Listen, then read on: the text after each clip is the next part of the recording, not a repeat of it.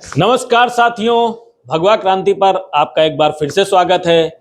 जैसा कि आप सभी लोग आज जानते हैं, 31 अक्टूबर आज के ही दिन भारत के जो पहले उप प्रधानमंत्री थे सरदार वल्लभ भाई पटेल जी, उनका जन्म हुआ था। तो आज हम लोग सरदार वल्लभ भाई पटेल जी के ऊपर टॉपिक लेकर के आए हुए हैं। सबसे पहले तो हम दो लाइनें बोलेंगे कि सरदार तो केवल वो एक ही था जिसने इस भारत मां के चरणों में पूरे देश के राजाओं का सर झुका दिया था। अब उनके विचार कितने स्पष्ट थे, इस बारे में हम लोग बात करने से पहले उनका एक वीडियो हम लोग सुनेंगे।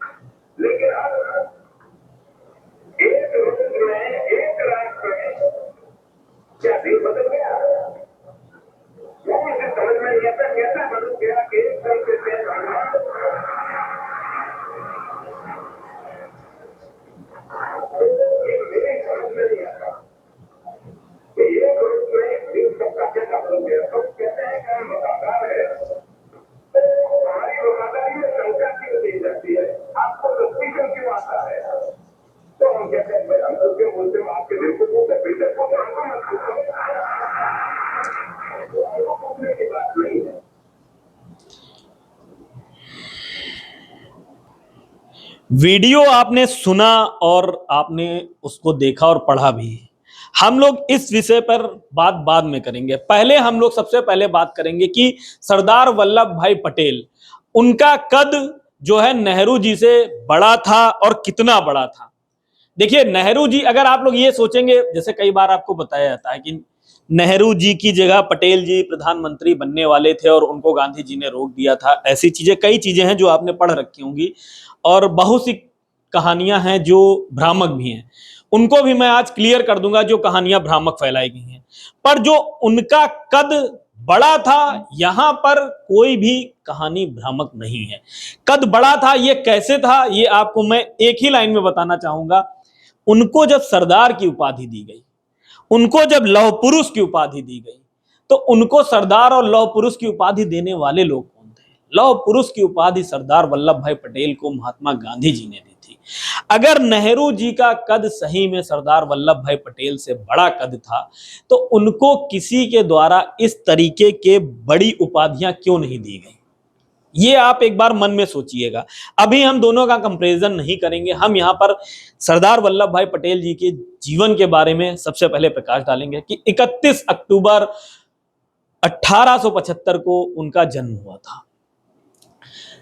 वो किसान परिवार में पैदा हुए थे, ये आप लोगों को पता ही होगा। उनके बड़े भाई जो थे, उनका नाम था विट्ठल भाई पटेल और सरदार वल्लभ भाई पटेल का नाम था वल्लभ भाई पटेल। दोनों लोगों का जब नाम इंग्लिश में लिखा जाता था तो वो बीबी पटेल, हाँ, बीबी पटेल दोनों लोगों का नाम लिखा जाता था। तो जब उनका वीजा आया इंग्लैंड से, तो उस पर बीबी पटेल लिख करके आया हुआ था। तो यहां पर क्या था, उनके बड़े भाई ने कहा कि मुझको जो है वकालत के लिए विदेश जाना है, तो उन्होंने अपने वीजा पे अपने बड़े भाई को भेज दिया। अब यहां उनका सबसे पहले आप देखिए, कई घरों में ये होता है कि जिसके पास जो चीज आती है वो उसी की होती है। यहां पर सरदार वल्लभ भाई पटेल ने जो उनका वीजा था उस पर पढ़ने के लिए अपने बड़े भाई को भेज दिया। ठीक, अब आपको उनसे जुड़ा हुआ एक दूसरा रोचक तथ्य बताते हैं कि 1909 की बात होती है। सरदार वल्लभ भाई पटेल की जो पत्नी होती हैं, उनको कैंसर हुआ होता है, तो अस्पताल में बीमारी से जूझ रही होती हैं। सरदार वल्लभ भाई पटेल क्योंकि एक वकील होते हैं, एक जरूरी केस की वो सुनवाई के लिए पहुंचे होते हैं कोर्ट में और वहां अपने केस की वकालत कर रहे होते हैं। उसी बीच एक व्यक्ति आता है, उनको एक चिट देता है। वो चिट लेते हैं और उसको अपनी जेब में रख लेते हैं। देखने के बाद में केस खत्म होता है और वो केस जीत जाते हैं। उसके बाद वो लोगों को सूचना देते हैं कि जो चिट व्यक्ति दे गया था उसमें लिखा हुआ था कि उनकी पत्नी का निधन हो गया था। अब आप सोचिए कि जिस व्यक्ति की पत्नी का निधन हो गया हो, वो उसके बाद भी अपने पूरे केस को एक दृढ़ता से लड़ते हुए जीतता है और उसके बाद में लोगों को ये बात बताता है। तो आप लोग यहां पर कई लोग बोलेंगे, यहां पर मैं दूसरा ये उदाहरण बताऊंगा कि ऐसा नहीं था कि उनको उनकी पत्नी से लगाव नहीं था। यहां पर यह उदाहरण मैं उनके व्यक्तित्व का इसलिए देना चाहूंगा कि नेहरू जी की जब पत्नी बीमार थी तो उन्होंने अपनी पत्नी को बीमारी के हालात में छोड़ दिया था। नेहरू जी की पत्नी के इलाज के लिए सुभाष चंद्र बोस से लेकर के कई लोगों ने प्रयास किया और उनके अंतिम समय में सुभाष चंद्र बोस से लेकर के अन्य कांग्रेसी नेता नेहरू जी की पत्नी के पास में पहुंचे, उनसे मिले, मगर नेहरू जी मिलने नहीं गए। नेहरू जी की पत्नी की जो डेथ होती है उसमें उनको सबसे बड़ा दुख यही होता है कि नेहरू जी उनके साथ में इस तरीके का व्यवहार कैसे कर सकते हैं। इसके उलट जब आप देखेंगे कि 1909 में जिस वक्त सरदार पटेल जी की पत्नी जी की डेथ होती है, उस समय सरदार वल्लभ भाई पटेल की उम्र क्या होती है? उस उम्र में उनकी एक बेटी और एक बेटा होता है। जिस समय आपने देखा होगा कि उस दौर में कई लोग जो होते हैं उनके कई विवाह हो रहे होते हैं, सरदार पटेल जी ने आजीवन अपने आप को अपनी पत्नी की याद में समर्पित रखा, उन्होंने कोई भी दूसरा विवाह नहीं किया। तो यहां पर आपको उनके कद की एक दृढ़ता का एक और उदाहरण मिलेगा कि सरदार पटेल जी का कद क्या था। उसके बाद में उन्होंने जितने आंदोलन किए, ये इतिहास में आपने वर्दौली से लेकर के अहमदाबाद जितने भी उनके आंदोलन हुए सब आपको पता है। उन आंदोलनों की अभी हम लोग चर्चा नहीं करेंगे। यहां पर हम लोगों को चर्चा करनी है सरदार वल्लभ भाई पटेल ही क्यों। सरदार वल्लभ भाई पटेल इसलिए जरूरी थे। अब जैसे देखिए, नेहरू जी अगर आप फिर यहां पर आएंगे प्रधानमंत्री बनना, तो नेहरू जी के भाग्य में था प्रधानमंत्री बनना, उसको कोई उन्हें रोक नहीं सकता था। अगर सरदार वल्लभ भाई पटेल प्रधानमंत्री बन भी जाते तो उनको टीबी हो गई थी, 1950 में उनकी डेथ हो गई थी बीमारी से, और 1950 पहुंचते पहुंचते सरदार पटेल जी की उम्र 75 वर्ष हो चुकी थी। जिन्ना जिन्होंने पाकिस्तान का बंटवारा किया, उसके बंटवारे के 1-2 वर्षों बाद उनकी भी डेथ हो जाती है। तो नेहरू जी तो आप अगर उनको ये सोच के चलेंगे कि उनको नहीं बनना था, तो इलेक्शन जब 1952 में पहले इलेक्शन हुए थे, तो पहले इलेक्शन के पहले तो जिन्ना और पटेल जी दोनों की डेथ हो ही जाती है। तो पहला इलेक्शन होता तो नेहरू जी तो ऑटोमेटिक तब भी प्रधानमंत्री बनते। यहां पर बात यह नहीं कि नेहरू जी प्रधानमंत्री बनते या पटेल जी प्रधानमंत्री बनते, बात यह है कि पटेल जी जो हमारे हैं सरदार, उनका कद नेहरू जी से कितना बड़ा कद था। अब कद उनका इतना बड़ा था कि उनको जब भी, जैसे आपने देखा होगा कई बार कई मौके जब भी आए, जब स्थितियां क्लियर नहीं थी, जैसे भारत में जब पूरे, जैसे नेहरू जी के लिए क्या था कि भारत के वो प्रधानमंत्री जितना भारत हम मिल गया उससे वो सफिशिएंट था, वो खुश थे। मगर ये तय सरदार वल्लभ भाई पटेल जी ने किया कि भारत का निर्माण जो होगा, वो हमारा जो भारत हमको मिला है उसके अंदर अब हमें टुकड़े नहीं चाहिए, उसके अंदर हमें छोटे छोटे पाकिस्तान नहीं चाहिए। उन्होंने ये तय किया कि भारत के अंदर जितनी भी देसी रियासतें हैं वो भारत में शामिल होंगी ही होंगी। उन्होंने आखिरी में आपको पता ही है, हैदराबाद, कश्मीर और जूनागढ़, इनको किस तरीके से उन्होंने भारत में शामिल कराया, ये अलग टॉपिक है, अभी यहां पर इस पे हम लोग बात नहीं करें। उन्होंने अखंड भारत का यहां पर निर्माण किया। दूसरी सबसे बड़ी चीज जो नेहरू जी क्लियर नहीं थे, उसके बारे में जो मैंने अभी आपसे कहा था बताता हूं, वो ये वीडियो जो भी हमने थोड़ी देर पहले चलाया था, वीडियो क्लियर करता है। पटेल जी इस बारे में हमेशा से क्लियर थे। पटेल जी ने इस वीडियो में, जैसा कि अभी कहा, उन्होंने कई बार बोला कि भारत के विभाजन के वक्त जिन लोगों ने पाकिस्तान के लिए वोट किया, तो जब उन लोगों ने भारत के विभाजन में पाकिस्तान के लिए वोट कर ही दिया था, तो वो एक दिन में उनके अंदर की मानसिकता कैसे बदल सकती है। वोट आपने पाकिस्तान के लिए किया तो आप पाकिस्तान में क्यों नहीं फिर गए, आप भारत में क्यों रुके रहे। अगर आपने वोट पाकिस्तान के लिए किया तो आप पाकिस्तान जाते, या तो आप भारत के लिए वोट करते तो भारत में रुकते। तो ये चीज एकदम क्लियर थे। दूसरी सबसे बड़ी चीज ये क्लियर थी, जब उनसे किसी ने पूछा कि भारत का विभाजन क्या जरूरी था, तो पटेल जी ये कहते हैं कि हाँ, ये बहुत ही कष्टप्रद था, मगर भारत का विभाजन इसलिए जरूरी था क्योंकि तब भारत का विभाजन अगर नहीं होता तो एक समय ऐसा आता जब भारत के हर एक कार्यालय के अंदर एक छोटा पाकिस्तान होता। फिर उसके जवाब में ये बोलते हैं कि मैं जैसा विभाजन चाहता था वैसा विभाजन हो नहीं पाया। अगर विभाजन होना ही था तो एकदम क्लियर होना चाहिए था। जिन लोगों ने पाकिस्तान के हक में वोट दिया था उन्हें पाकिस्तान में होना चाहिए था, जिन लोगों ने भारत के हक में वोट दिया था उन्हें भारत में होना चाहिए था। तो अब जैसा कि पटेल जी उस समय उनको शंका थी, आज वैसा ही हो रहा। भारत के हर, आप जानते हैं, हर एक कार्यालय और हर एक जिले के अंदर आप जानते हैं एक छोटा सा पाकिस्तान है। जैसा इजराइल में एक छोटा सा गाजा है और उससे आज तक वो परेशान है, वैसे भारत के अंदर तो गाजा पट्टी जैसी हजारों पट्टियां पड़ी हुई हैं। तो इस बारे में नेहरू जी कभी भी क्लियर नहीं थे, इस बारे में पटेल जी क्लियर थे। पटेल जी भारत की हर समस्या के बारे में हमेशा से उनकी एकदम क्लियर लाइन होती थी और क्लियर राय होती थी, जो क्लियर राय और नेहरू जी की नहीं होती थी। अब इसके बाद में हम आपको एक फोटो और दिखाना चाहेंगे।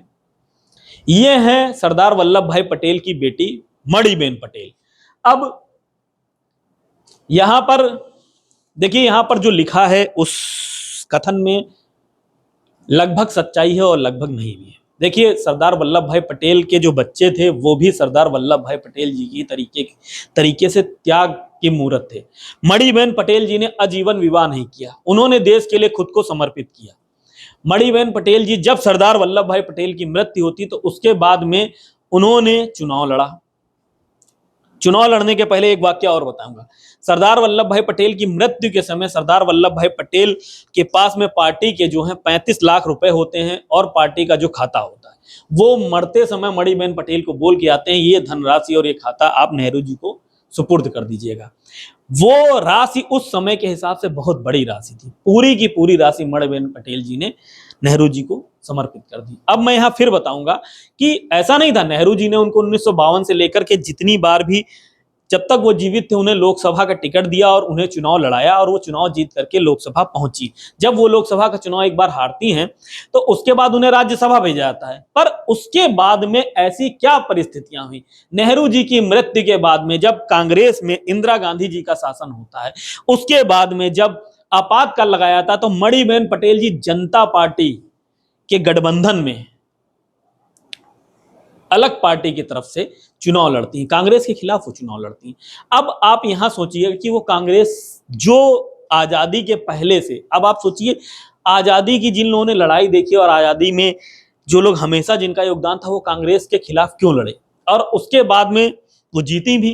पर उसके बाद का जो उनका जीवन था, इंदिरा गांधी जी और राजीव गांधी जी की, दोनों लोगों की आंखों के सामने उन्होंने, क्योंकि उन्होंने जीवन बहुत ही सादगी से, बिना किसी बेईमानी के हमेशा ऐसा जीवन उन्होंने बिताया, राष्ट्र के लिए खुद को समर्पित किया।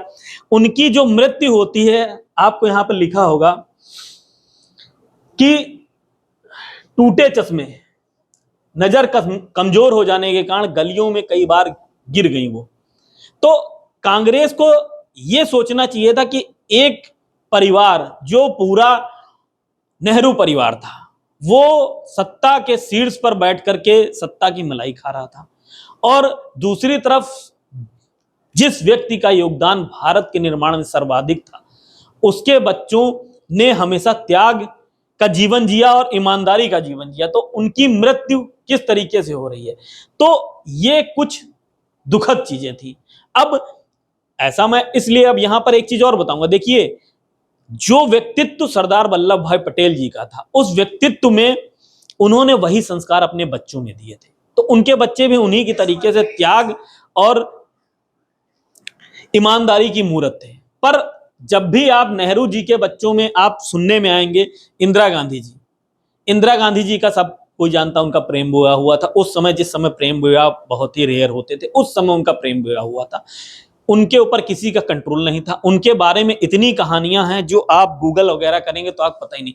तो नेहरू जी अपने बच्चों में भी, अगर वो एक दृढ़ निश्चय के व्यक्ति होते तो शायद अपने बच्चों में भी वैसा ही वो संस्कार देते, पर वो वैसा संस्कार नहीं दे पाए। तो अगर किसी व्यक्ति का व्यक्तित्व देखना है तो उनके बच्चों को भी आपको, जब आप देखेंगे तो आपको समझ में आएगा। तो सरदार वल्लभ भाई पटेल जी का जो व्यक्तित्व था, अगर हम मणिबेन पटेल जी के व्यक्तित्व को एक बार देखेंगे तो हमें उनके व्यक्तित्व में समझ में आएगा कि उन्होंने अपने बच्चों में भी वही परवरिश दी और उतना ही बड़ा व्यक्तित्व उनका किया जितना कि उनका खुद का व्यक्तित्व था। आज के लिए हम ये टॉपिक यहीं पे खत्म करते हैं। आपको मेरा भगवा प्रणाम। कल नए टॉपिक के साथ फिर मुलाकात होगी।